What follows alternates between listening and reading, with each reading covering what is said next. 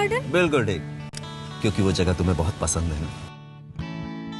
लेकिन आकाश, अब मैं वहाँ जाकर क्या करूँगी? मैं तो वहाँ कुछ देख भी नहीं सकती। वहाँ जाकर तुम्हें किसी को नहीं देखना। वहाँ पे तुम्हें इसलिए लेके जा रहा हूँ ताकि मैं तुम्हें जी भर के देख सकूं। अब ये फोटोग्राफ्स विक्रमार्या की बदनामी और आकाश और स्नेहा को एक दूसरे से दूर करने के काम आ जाएंगे।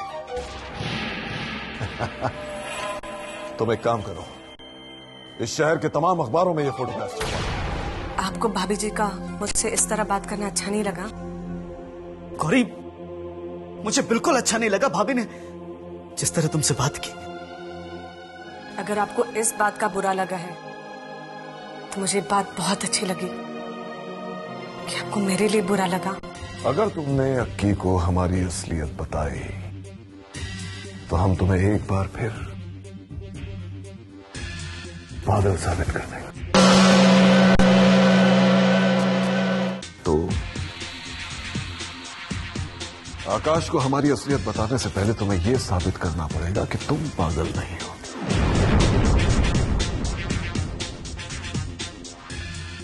और ये तुम्हारे लिए मुश्किल होगा, है?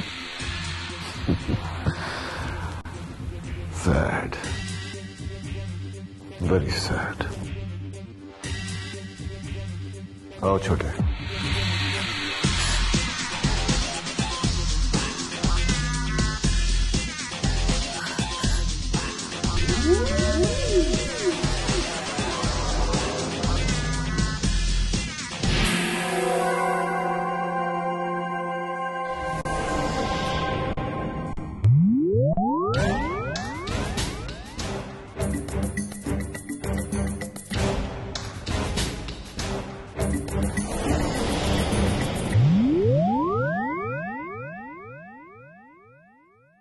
क्या हुआ कामिनी? होगा क्या? जब से मैं इस घर में आई हूँ ना कोई बात लेकर लोग मेरा अपमान ही करते रहते हैं। अरे तुम बताओगी बात क्या है? किसी ने कुछ कहा तुमसे? हाँ, वो तुम्हारा छोटा भाई है ना विशेष, आज उसने मेरे साथ कितनी बदतमीजी की।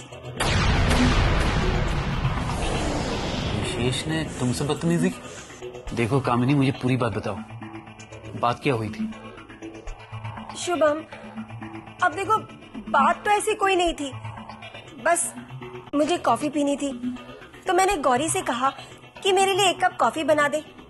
बस इतनी सी बात को लेकर वो विशेष मुझसे उल्टी सीधी बातें करने लगा। कहने लगा कि वो गौरी इस घर में मेहमान है, तुम्हारी नौकरानी नहीं जो तुम्हारे लिए कॉफी बनाकर लेकर आई। अब मैं कहती हूँ शुभम, ठीक है कि गौरी इस घर की मेहमान है, तो मैं भी तो उसकी भाभी हूँ ना। मैंने सिर्फ कॉफी बनाने को तो कहा था, तो इसमें कौन सा गुनाह किया मैंने? हाँ देखो कामिनी, मैं मानता हूँ कि तुमने कोई गुनाह नहीं किया, लेकिन इस मामले में मैं चाहकर भी विशेष से कोई बात नहीं कर सकता, क्योंकि अगर मैंने उससे कोई बात की तो ये बात मॉम तक पहुंच जाएगी और मैं नहीं चाहता कि ये छोटी छोटी बातें मॉम तक पहुंचे। इसलिए मैं तो तुम्हें भी यही कहूंगा कि इस बात को भूल ही जाओ। भूल जाओ? ठीक है शुभम, मैं भूल जाती हूँ इस बात को, किसी से कुछ नहीं कहूंगी। और तो और कल से तुम्हें कॉफी भी नहीं पीऊंगी। अरे नहीं बाबा, मैं तुम्हें कॉफी पीने के लिए मना नहीं कर रहा हूँ। तुम्हारा जब भी जी चाहे तुम खुद किचन में जाके कॉफी बना के पी लिया करो, कोई तुम्हें कुछ नहीं कहेगा। शुभम, अगर मुझे कॉफी बनानी आती तो मैं उस गौरी से क्यों कहती? ओह, तो ये बात है। आइडिया, तुम चलो मेरे साथ। कहाँ? अरे मैं तुम्हें खुद कॉफी बनाना सिखाता हूँ। अरे नहीं नहीं शुभम, अगर अब हम दोनों कॉफी बनाने के लिए किचन चले गए तो क्या ये बात मॉम को पता नहीं चलेगी? मेरे पास एक और आइडिया। वो क्या? अरे तुम चलो तो सही मेरे साथ, कम ऑन।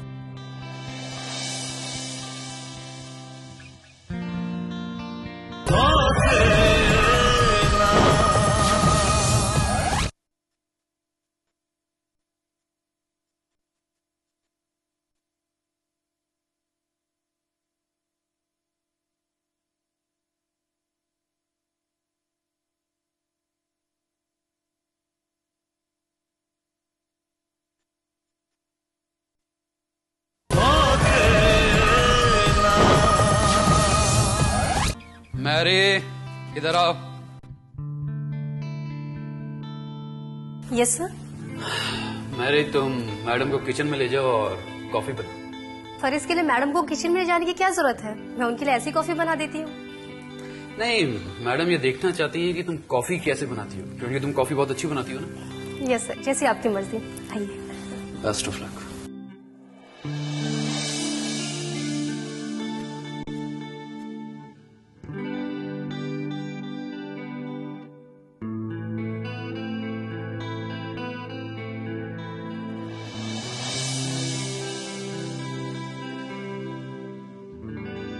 आइए मैडम, मैं आपके लिए कॉफी बनाती हूँ। अब मैरी, तुम मत बनाओ, तुम सिर्फ मुझे ये बताओ कि तुम मेरी कॉफी कैसे बनाओगी।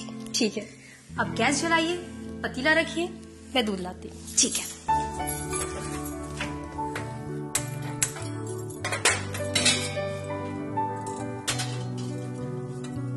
लीजिए, ये दूध इसमें डाल दीजिए।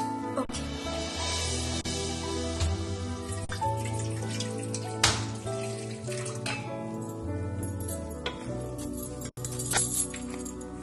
अगर आपको अपने लिए बनानी है तो हाफ स्पून, और अगर किसी और के लिए बनानी है तो उस हिसाब से डाल दीजिए। ठीक है, हाफ स्पून। और जब दूध उबल जाए तो अपने टेस्ट के लिए जितना शक्कर आप चाहती हैं उतना डाल दीजिए। ठीक है। हाय बहू, तू किचन में क्या कर रही है कसम से? कुछ नहीं, कुछ नहीं। कॉफी बना रही हूँ अपने लिए।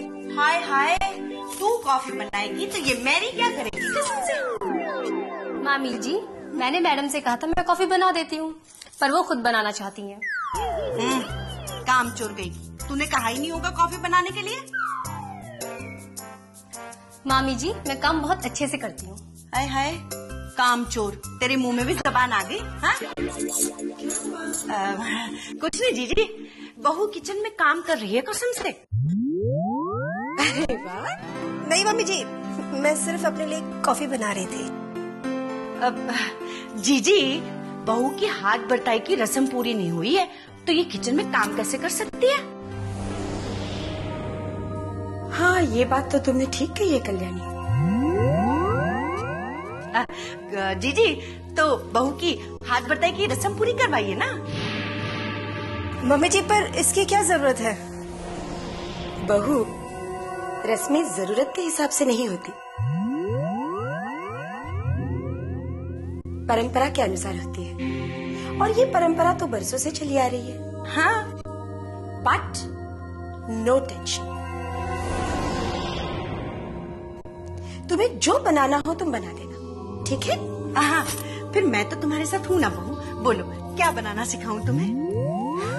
मामी जी, नथिंग। अच्छा, हाँ? अंग्रेजी में कुछ बोली जीजी? अब कुछ नहीं। कुछ इट्स ओके। It's okay.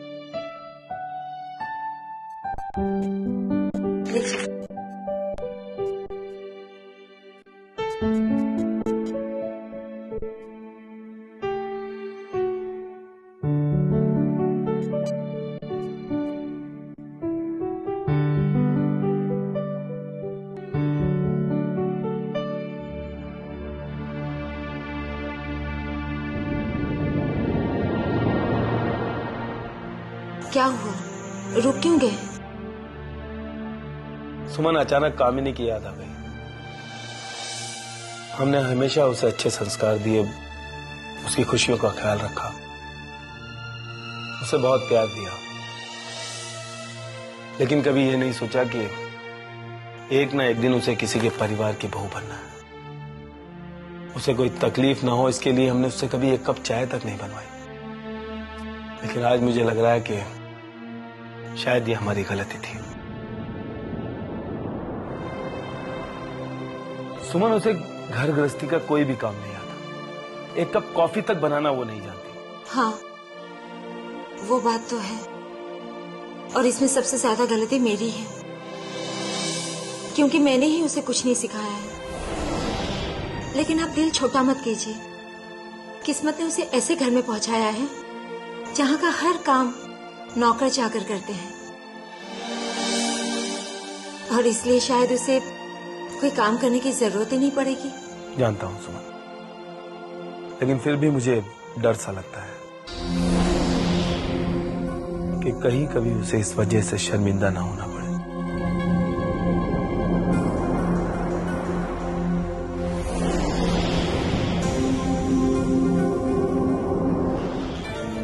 क्या बात कर रही हो कामिनी?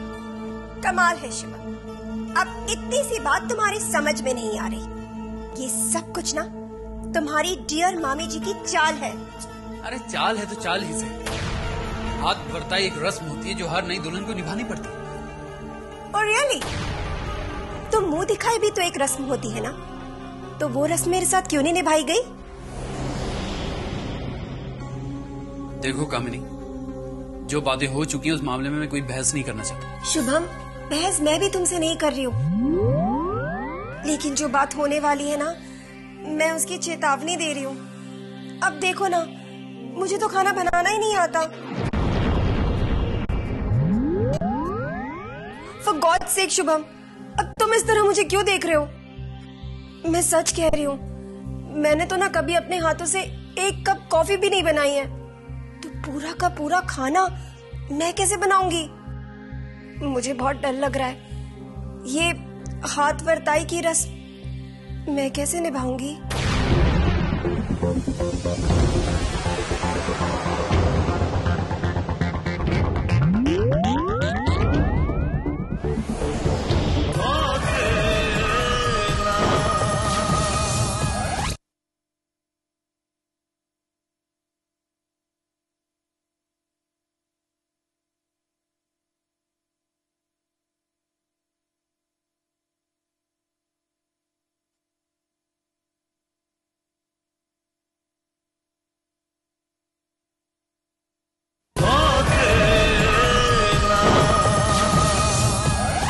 ऐसा मजा चखाऊंगी इस छोरी को कि पता चल जाएगा।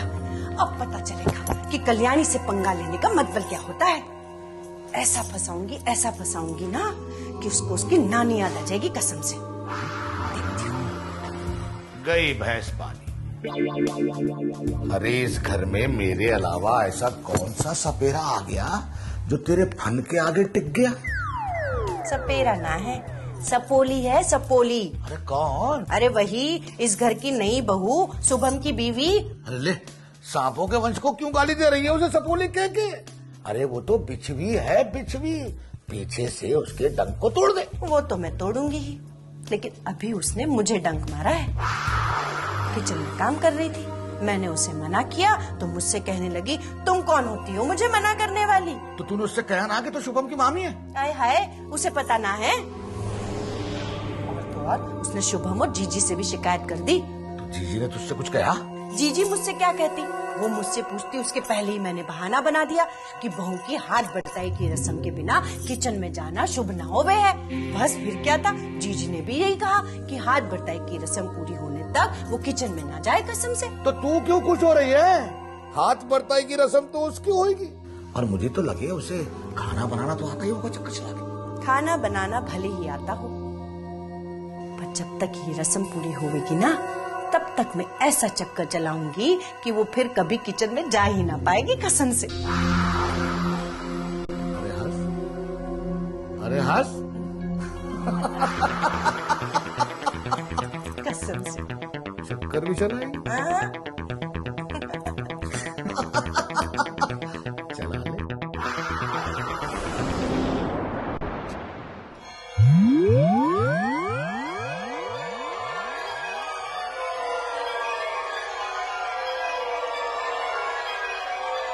कामनी, रिया, तू अब आ रही है और मैं कब से तेरा इंतजार कर रही थी। हाँ, लेकिन तूने मुझे यहाँ इतनी जल्दी से क्यों बुलाया है? वो प्रिया, मैं बहुत बड़ी मुसीबत में फंस गई हूँ। I mean, एक बहुत बड़ी प्रॉब्लम है। कामनी, जहाँ तक मैं तुझे जानती हूँ ना, तू अपनी आदत की वजह से रोज किसी ना किसी प्रॉब्लम में फंस जाती है। खैर ये बता, आज तेरी कौन सी प्रॉब्लम है? वो शुभम के घर वाले हैं ना, वो मेरी हाथ वर्ताई की रस्म पूरी करना चाहते हैं।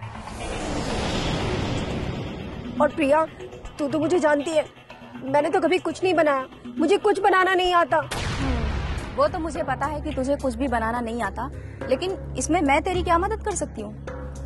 ऐसा मत बोल प्रिया, देख मैंने तुझे यहाँ बुलाया क्योंकि तू ही कुछ सोचकर मेरी मदद कर सकती है, कुछ तो सोच। कामनी देख, जहाँ तक नाटक का सवाल है वो तो मैं कर लेती, लेकिन यार खाना बनाना है, उसमें मैं तेरी कोई मदद नहीं कर सकती। उन्हें तेरे हाथों का खाना चाहिए ना। ऐसे मत बोल, कुछ तो सोच ना प्रिया। देख, तू एक काम कर, तू अपनी भाभी के पास चली जा। जब तू उन्हें अपनी प्रॉब्लम बताएगी ना, तो वो जरूर तुझे कुछ ना कुछ अर्जेंट में बनाना सिखा देंगी, और तेरी इस तरह से हाथ वर्ताई की रस्म भी पूरी हो जाएगी, है ना? देख, इसके अलावा तो मेरे पास कोई भी रास्ता नहीं है तेरे लिए।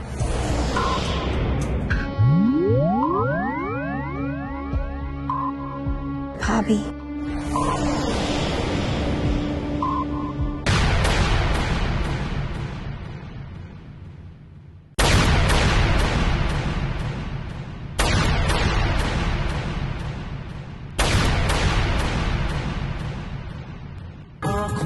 ख्वाबों की बारात लेके,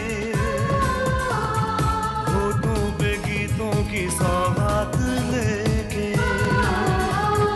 दिल में मोहब्बत के जज्बात लेके आया था कितनी खुशी सा